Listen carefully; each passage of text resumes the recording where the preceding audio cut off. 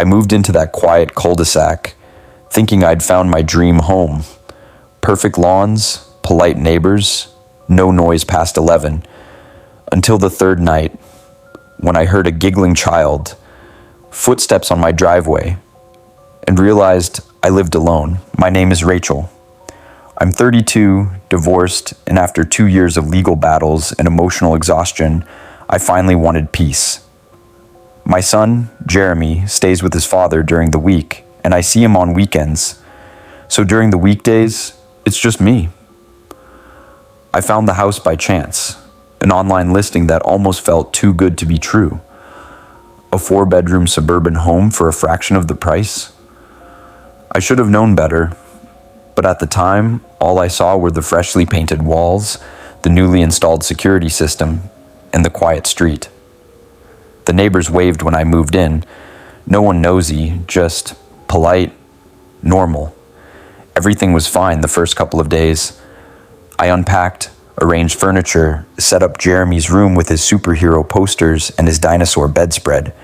Even though he wouldn't be there every day, I wanted it to feel like home. The third night, I was brushing my teeth when I heard what sounded like a soft giggle outside. I paused, toothbrush still in my mouth. The bathroom window faced the front yard, so I moved the curtain aside to check. Nothing. Just the dim yellow glow of the streetlight and the gentle swaying of my neighbor's American flag. I shrugged it off. Probably a cat or some wind chime. But then, just as I turned back around, I heard it again. Closer this time. A child's giggle, like someone playing hide and seek. I walked to the front door, turned on the porch light, and peeked outside. There were tiny wet footprints on the driveway. Bare feet. Small. I checked the time. 11:42 p.m. No children should be out that late. And I knew for a fact there weren't any kids living directly next to me. The Miller family to my right were retirees, and the house to my left had a for sale sign. I didn't sleep much that night. The next morning, I mentioned it casually to Mrs. Miller while checking the mailbox. She smiled politely and said, "Kids can be mischievous," but her eyes didn't match the smile. They looked wary. I started noticing odd things after that. Jeremy's toys, which were packed in his room and untouched, would end up in different spots. One night, I found his stuffed T-Rex sitting on the living room couch. I thought maybe I had absent-mindedly moved it, but I started locking his room after that. Still, the toy would be outside the door, sitting upright, like it was waiting for me. On the 5th night, I heard scratching. It came from the attic. I stood beneath the ceiling hatch, heart racing. I hadn't been up there yet. The previous owner had left an old wooden ladder folded in the garage, so I grabbed it and climbed up.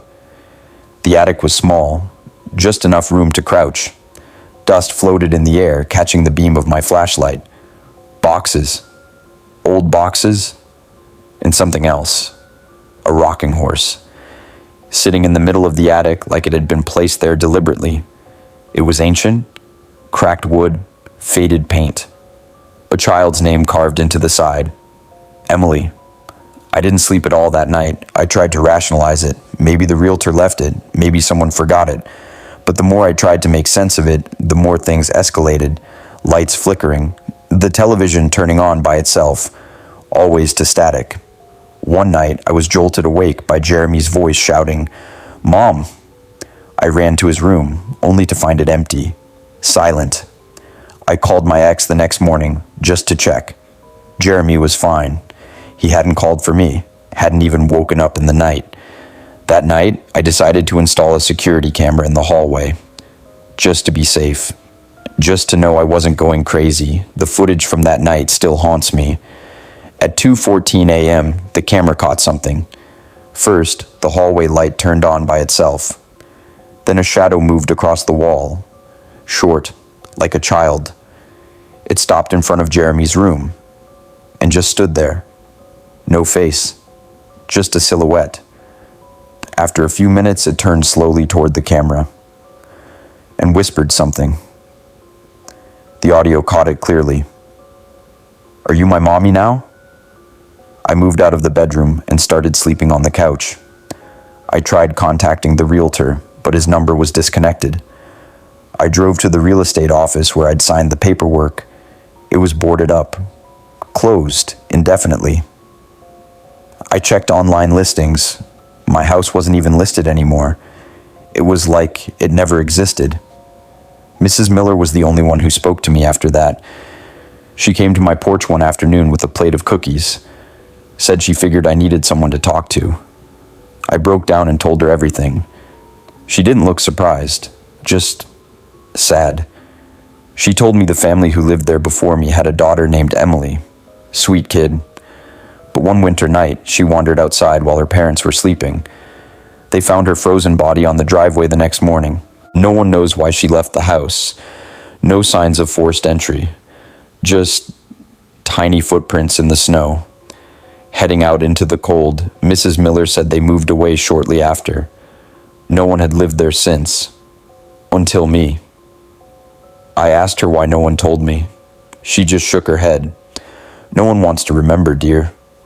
That night, I lit a candle and placed Emily's rocking horse at the foot of the attic stairs.